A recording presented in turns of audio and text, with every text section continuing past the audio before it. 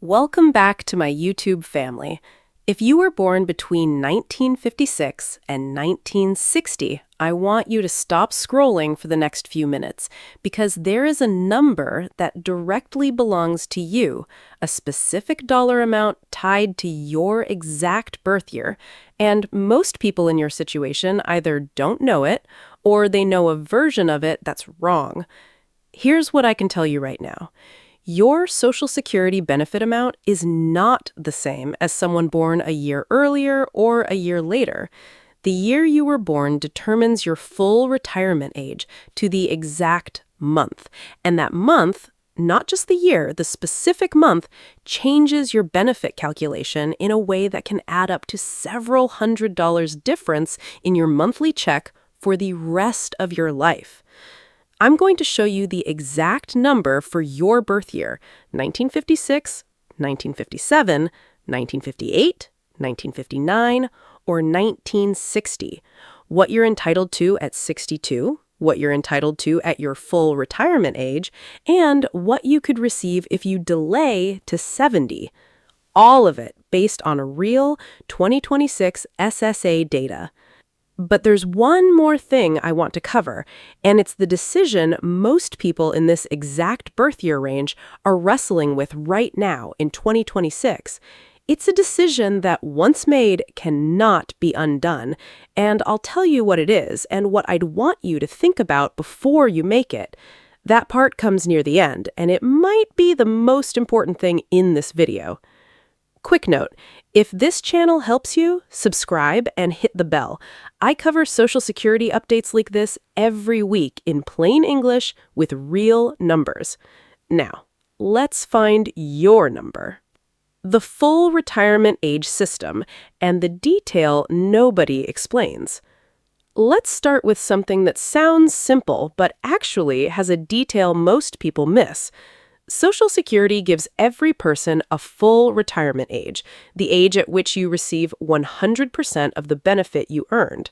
For your birth year group, that age is not simply 66 or 67. It is a specific age to the exact month. Here is your birth year and your exact full retirement age. Pay attention to your specific year.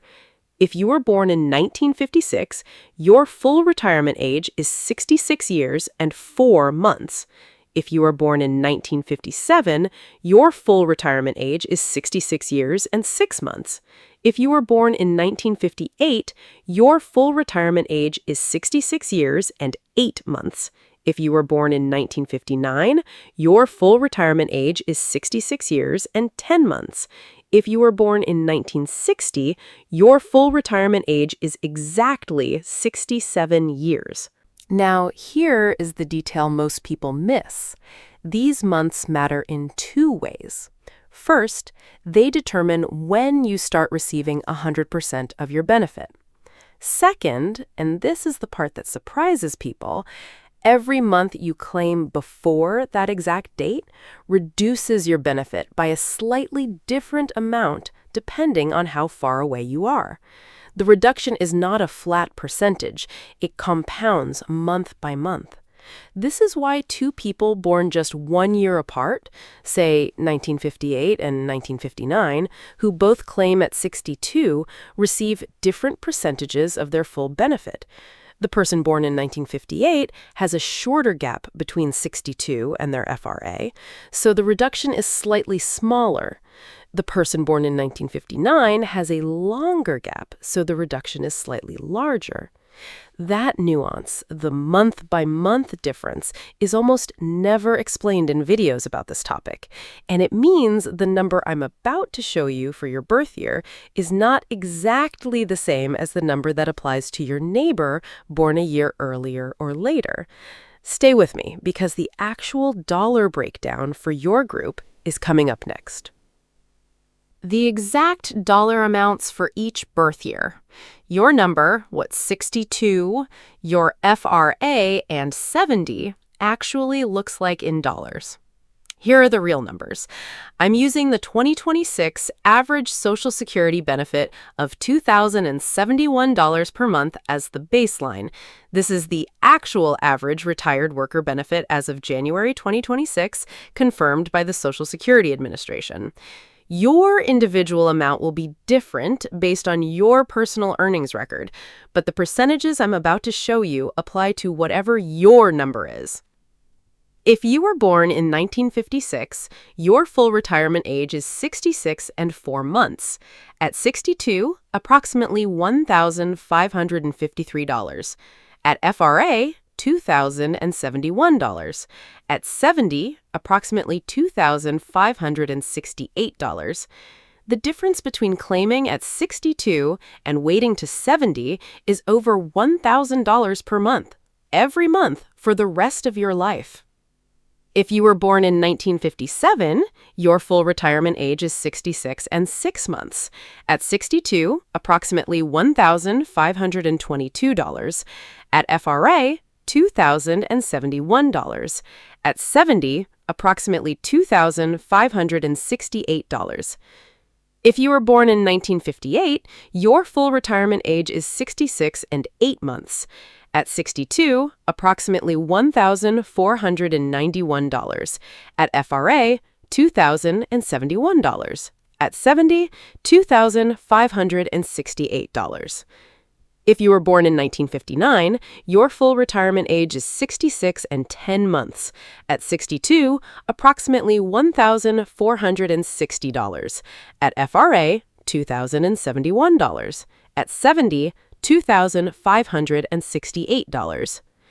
And if you were born in 1960, your full retirement age is exactly 67. At 62, approximately $1,450. At FRA, $2,071. At 70, approximately $2,568. Now, here is what I want you to notice. The difference between the 1956 row and the 1960 row at age 62 is about $100 per month. Not huge, but the difference between any of these rows at 62 versus at 70 is over $1,000 per month. That gap between what you get if you claim immediately at 62 and what you get if you wait to 70 is the single biggest lever in your entire retirement income. And yet, most people in this birth year range have never sat down and calculated their own version of this table. Now you have it. But here's something I haven't mentioned yet, and it changes how you should read this table if your situation involves a spouse. Stay with me, because what comes next applies to anyone in this birth year range who is married or was ever married, and it changes the math in a way that might make you look at that table completely differently. The spousal and survivor dimension. Why the claiming age decision for this birth year group is not just about your check. Here is the dimension of this table that changes everything if you are married. When the higher earning spouse in a couple delays to 70 and receives a larger monthly benefit, two things happen.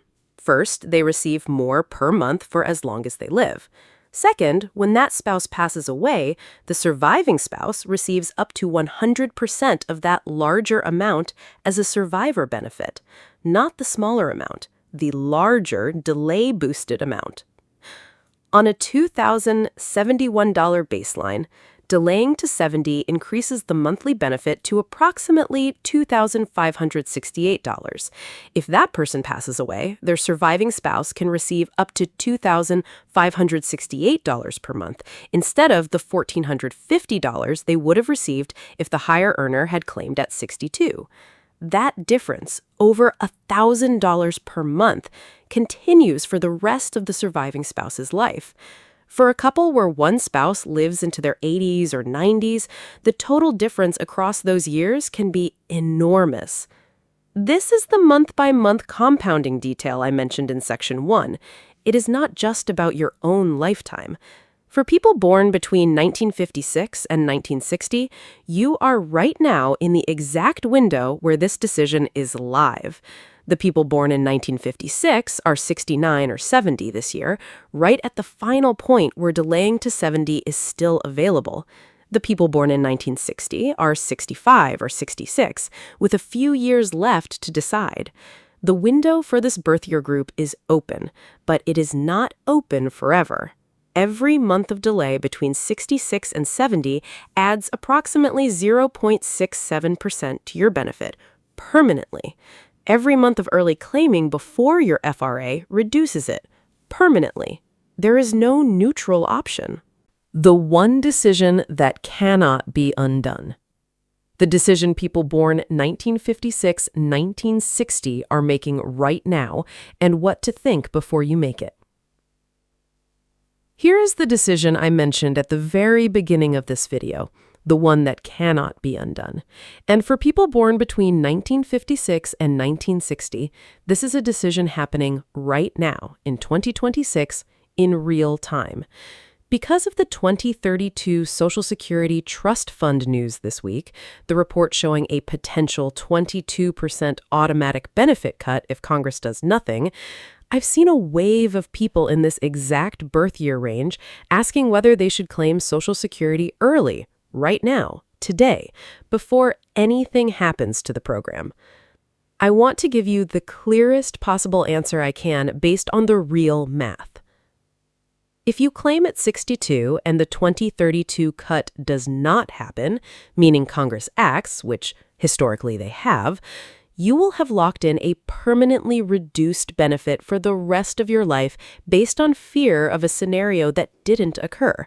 At $1,450 per month instead of $2,071, that is $621 less every single month for every year you live past 62. If you claim at 62 and the 2032 cut does happen at 22%, your $1,450 benefit becomes approximately $1,131. If you had waited to your FRA and the same 22% cut happened, your $2,071 benefit becomes approximately $1,615. Even after a 22% cut, the person who waited is still receiving nearly $500 more per month than the person who claimed early out of fear. The early claiming out of fear decision does not protect you from the 2032 scenario. It locks in a lower number regardless of which way Congress goes. The math does not support it. What the math does support, and this is the same answer regardless of the 2032 situation, is knowing your exact number, checking your earnings record at ssa.gov. Do that this week. Every year your employer reported your earnings, there was an opportunity for an error. An incorrect year reduces your benefit. It is free to fix. It takes about 10 minutes to check. And for the people in this birth year range, whose benefits are being calculated right now, finding and fixing an error today could add real money to your check for decades. Here's everything together. Your full retirement age is specific to your birth year, to the exact month. Born in 1956, 66 and 4 months. 1957, 66 and 6 months. 1958, 66 and 8 months. 1959, 66 and 10 months. 1960, exactly 67. On the 2026 average benefit of $2,071 per month, claiming at 62 reduces it to somewhere between $1,450 and $1,553, depending on your birth year. Waiting to your FRA gets you the full $2,071. Delaying to 70 gets you approximately $2,568. The difference between 62 and 70 is over $1,000 per month, permanently. If you are married, the higher earner delaying to 70 also protects the surviving spouse with a larger survivor benefit, potentially for decades after the higher earner is gone. And claiming early out of fear of 2032 does not protect you. Even after a 22% cut, the person who waited to FRA receives more per month than the person who claimed early. The math points in one direction. The one action to take this week: log in to ssa.gov, Check your earnings record year by year and find your projected benefit at 62, FRA, and 70. That is your number. Make your decision from there. Here is what I'm genuinely curious about. For the people in this birth year range watching right now, have you already made your claiming decision, or are you still deciding?